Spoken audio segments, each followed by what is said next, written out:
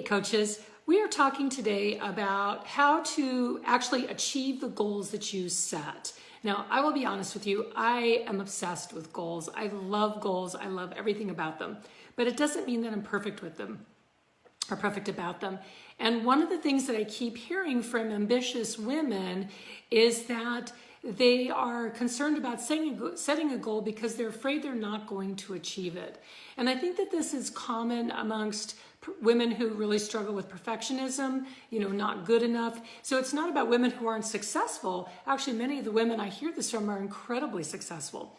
But it's like they're applying perfectionism to their goals even before they get started. They're worried they're not going to achieve them, so then they don't want to start. So I'm going to share with you how to solve that if that's you, how to fix it so that you can set goals that you know you're going to achieve. Now, over the years, I have developed secrets to setting and achieving goals that have been absolutely life-changing. And one of the places I start is with the word of the year. So if you missed my video on my word of the year process, you definitely want to go look for that. You can find a link for it on this page or look on the page, you'll find a link for it. And I love the word of the year process because it's how you can let your soul be the CEO of your business. And I share with you how to do that, how to choose your word of the year, and how to use your word of the year to grow, to let go, and to make more money in your coaching business. So it makes sense that in a video series on goal setting, that the very first thing that I would talk about is how to set your goals. No. That is not what we are doing. You will not set amazing goals if you're secretly thinking that you're not even going to finish them, if you're not going to achieve them. So today we're talking first about how to finish your goals. All right.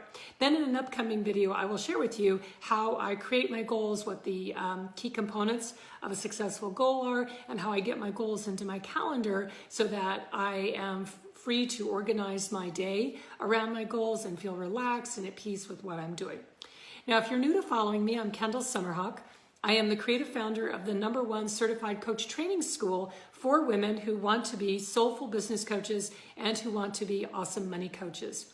And what I do is I empower and equip ambitious women just like you with the coach training and the done-for-you coaching content to make significant income in your business and to enjoy significant freedom and flexibility in your life as a result. Now, my vision is to empower you to create a lucrative, soulful coaching business that you are 100% in love with. And I do that because, my big why is because I know that it's been proven that as women increase their earning power, which is what I'm all about, is helping women increase their earning power, that many of the world's problems begin to be solved. Now, real quick announcement, and then we'll go into our goal setting.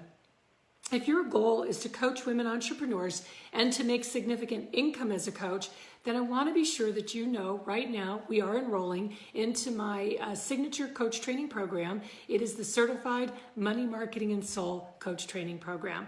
And this is for you if you want to hit the ground running with new paying clients without putting in a ton of time creating a bunch of content from scratch. And you don't want to spend a lot of time creating packages and programs. You want it all done for you. And so that's just a taste of what you get inside of the Certified Money Marketing and Soul Coach Training Program, is me certifying you to be a soulful business coach and to take my content and to brand and use it as your own. So you can learn more about that if you go to, I have a free online training. It's coachtrainingmasterclass.com. We'll also make sure there's a link below here. And you can go there. It's 45 minutes of great online training. And at the end, I do share with you what the certified training is all about. All right, so if you are afraid you won't reach your goals, and I know I've struggled with this too, and I love goals. But I thought, if I set this goal, what if I don't achieve it? And I start downsizing it and talking myself out of it even before I start. So I want to give you my keys to achieving your goals every single time. Because to finish a goal, to achieve it and experiencing it, and that's what finishing it is really amazing. It feels amazing. And the first step to this is something that might take you by surprise. It's to recognize if you struggle with goal shame. All right, goal shame is something that I know I've had And goal shame can come from two directions. It can be shame for having a really big goal, and that's the, well, who am I? Who am I to dream big? Who am I to want to be happier? Who am I to want to be more successful? Who am I to want to make more money? And you don't have to be at the top of your game to have goal shame. Goal shame comes from a lot of different reasons we're not going to go into here today, but it can just be from feeling that you should oh gosh, I have so much more than others have, or others have so little, or maybe you've told don't be too big for your britches, or you've been told that it's not okay to be successful in some way. You're not feeling that it's safe to be more successful, and so that can create a lot of shame. You also will know if you have goal shame because as soon as you set a goal, you immediately think you start to feel that you're not capable of reaching it. And I think a lot of women feel this way. Well, what if I don't? And I'm not sure I can. So it's that kind of self-talk. That's a real good indicator that you are experiencing goal shame. So in a nutshell, then, you can tell if you're experiencing goal shame because when you think of a goal, there's immediately a story that comes up about why it's not okay to have that amazing goal. And goal shame, the other way it shows up is that it can be about the shame of never reaching a goal. Okay, maybe, and this happens because you have a goal, but you're likely allowing those negative thoughts to talk you out of achieving it. Because really, who would you be if you actually achieved it? Like, you'd be somebody amazing, right? So there's a part of you saying, well, who do you think you are? Again, that same thing. For wanting to dream bigger. And that part is fearful of what might happen if you achieve what you want. And here's the thing, I'm not going to go into all the brain psychology of this here today. I do that in other videos, but just to understand this, that is the part of our limbic system, actually the back part of our brain, that is keeping us small because it fears change. It wants to keep everything status quo. But here's the thing that I've been saying for many, many years. Fear and doubt are never truth. Fear and doubt are never truth. You being afraid of that you might not achieve your goal is ridiculous. Of course you can achieve your goal. If you have the idea for this goal, it's yours to achieve. All right? So here's the things. Let's switch gears. Here's the thing about goals and why I love them. I adore goals. The whole purpose of the goal is to stretch you beyond who you are now. All right? That's the whole purpose of a goal.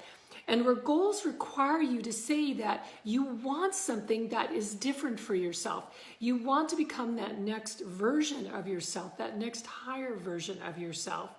And I think goals are this amazing tool that we have. And I think they're actually, women really underutilize goals for a lot of different reasons. But the thing is, let me go through some of the ways in which having goals is such an incredible tool for us that we can use to be both very successful in our business and also very feminine in our business. Goals by themselves are, I was going to say that they're more of a masculine energy in their construct, and I actually don't think that that's true. I think that they sit somewhere right in between both masculinity and femininity. And again, I'm not going to get into that here today, but I think that they're neutral in terms of that. But what they allow us to do is, first of all, goals give us tremendous permission to focus. And when we don't have focus, and I'm not talking about being really disciplined and dogmatic, I'm not talking about that. When I say focus, let me talk about when we're not focused. When we're not focused, what happens is that we're at the mercy of other people's agendas. We're at the mercy of their goals. We're at the mercy of their ideas, who we are, their ideas about what we should be doing, their ideas about what they want to do and draw us into it. And I don't want to be at the mercy of anybody else. I am a strong-minded, independent woman. I want to have the say-so over my own life. So with a goal, we get to say, this is what I want in my life, and this is what I want in my business. And you get the freedom to become the person who creates that. So that's number one. The second thing that goals do for us that's so powerful is they mirror for us our stuff. Now I'm putting stuff in quotes here. They mirror our stuff back to us. Stuff being our doubts, our fears, our places where we hold ourselves back so as to not upset others, so as to not challenge the beliefs that maybe we were taught growing up. So they mirror that back for us. So everything you start thinking about when you think of setting a big goal is anything that feels negative or doubting, that's mirroring for you something you already have inside of you. And I think that goals are so powerful for that, because when you're not working on your stuff, then you're going to stay stuck where you've been, and nobody wants that. So when a goal mirrors that for you, you can say, okay, it's not about the goal. It has nothing to do about the goal. It has to do with how you're thinking of yourself and what you're thinking you're capable of. Now, the beauty of using goals as a mirror is you get to up level and you get to reach your goal. You get both.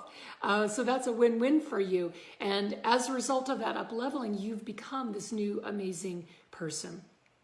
All right, the third thing that goals do for us is they give us new results and new experiences. So being in the process of and achieving goals changes your world, which is really, really exciting.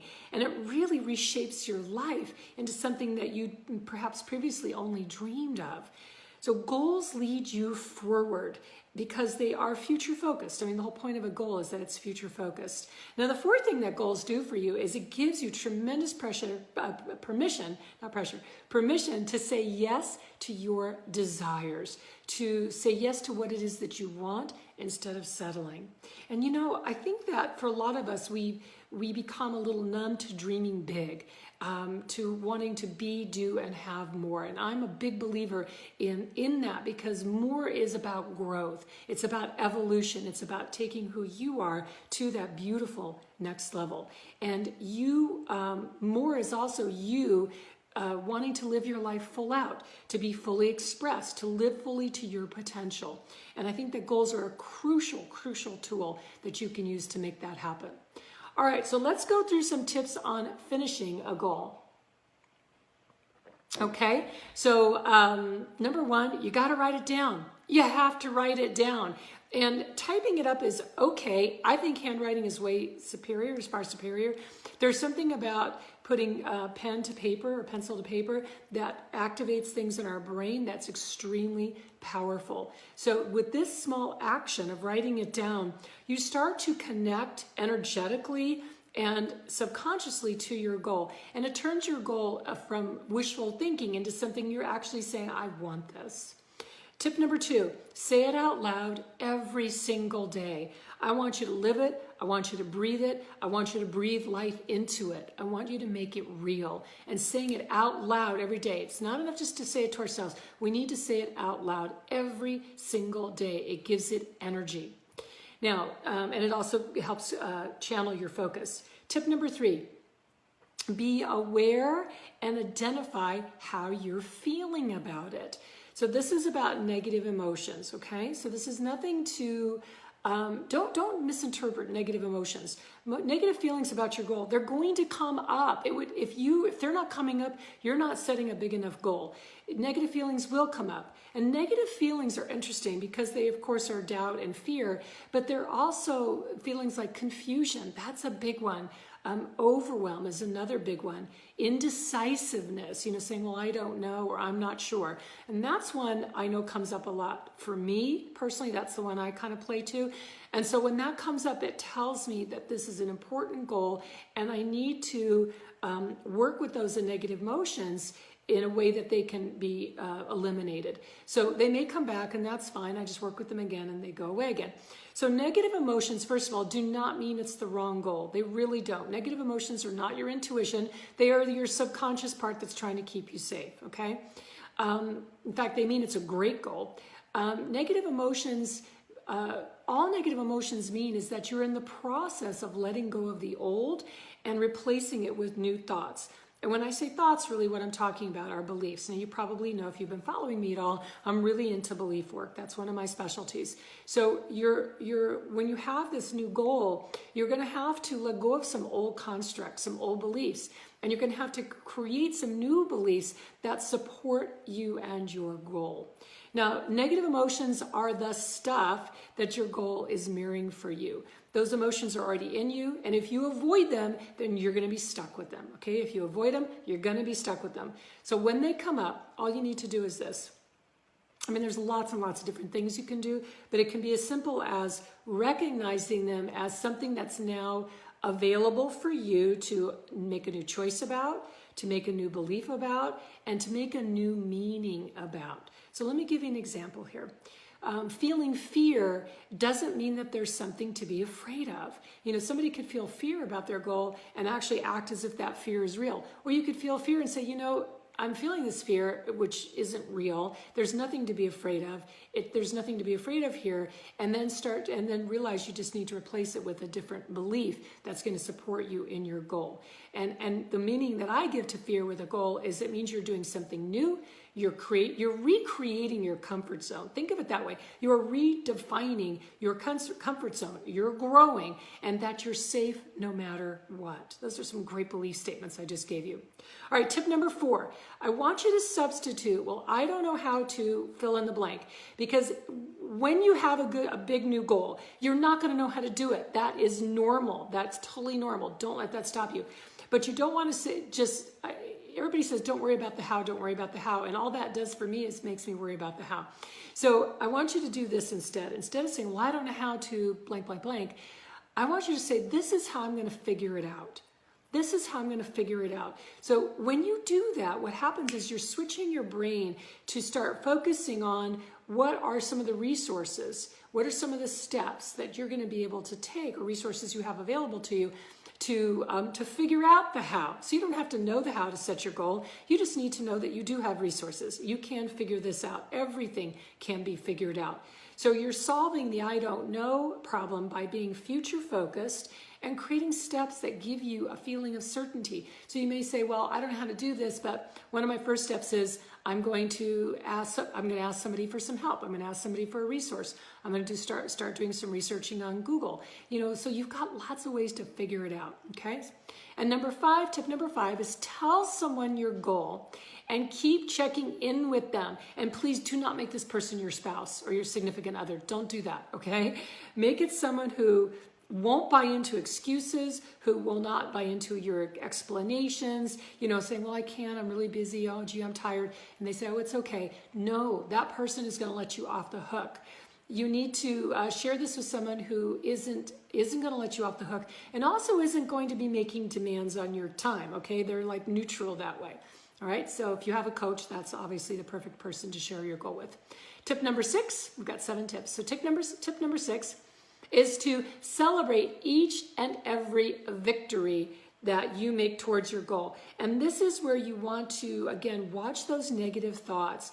It's really easy to say, oh, I know I did this, but I'm still so far away, or I haven't done that much yet. I'm not there yet. It's easy to look at the whole mountain instead of saying, wow, I just traveled 10 feet up this mountain, okay?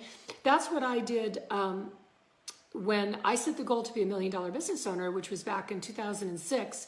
And it took me 2 years to reach that goal, and I was nowhere near that goal when I first made that decision, made that goal. I said, I want this. And I channeled everything through the lens of that goal. And I went from right around $100,000, which I've been stuck at for 3 years by that point, year after year, stuck at that place.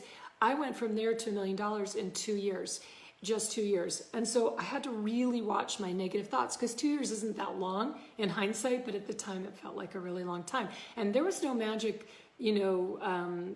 there was no magic crystal ball that said, oh, in 2 years you're going to reach it, so just be patient. There was none of that. I had no idea if I was ever going to reach it. I just knew that was my goal. So when you have negative thoughts, understand that those thoughts come from a place of perfectionism and a place of not good enough. So when that happens, you just say to yourself, well, that's not true. I've come a long ways. This is a great victory. I'm going to celebrate the holy heck out of it and make a really, really big deal about every little victory, every little milestone that you reach. All right, last tip. Let yourself feel the feeling of completion when you have those little tiny milestones.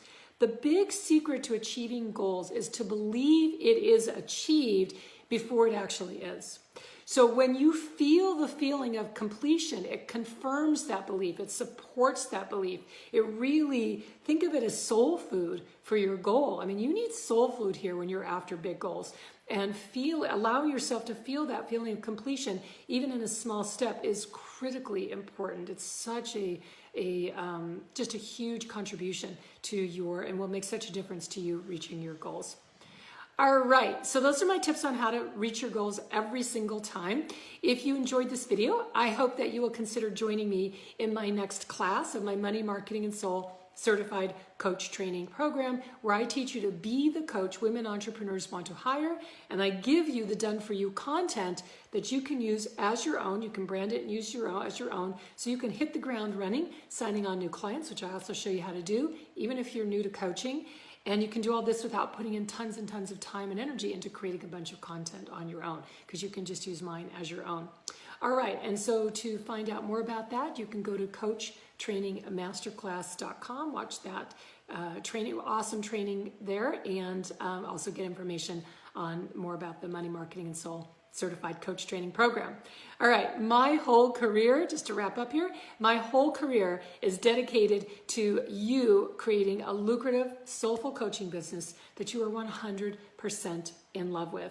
And becoming a money, marketing, and soul coach is for sure the best way that you can accomplish that goal. So I hope you'll reach out and see if this is right for you. And in the meantime, I wish you a beautiful rest of your day. My love and brilliance to you. Mwah.